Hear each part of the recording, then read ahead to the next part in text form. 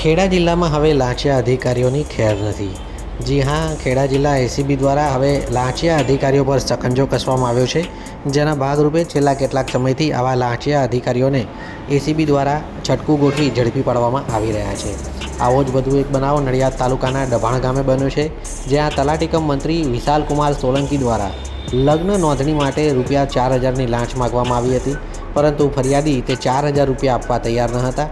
છેવટે ₹2000માં સમગ્ર છટકું ગોઠવવામાં આવ્યું હતું અને એસીબીએ કહ્યા પ્રમાણે ફરિયાદીએ ₹2000 રોકડા આપતા તલાટી કમ મંત્રી રોકડા નાણાં લેવા જતાં પાવડરવાળી નોટો હાથમાં પકડતા જ આખરે એસીબીએ તેઓને ઝડપી પાડ્યા છે।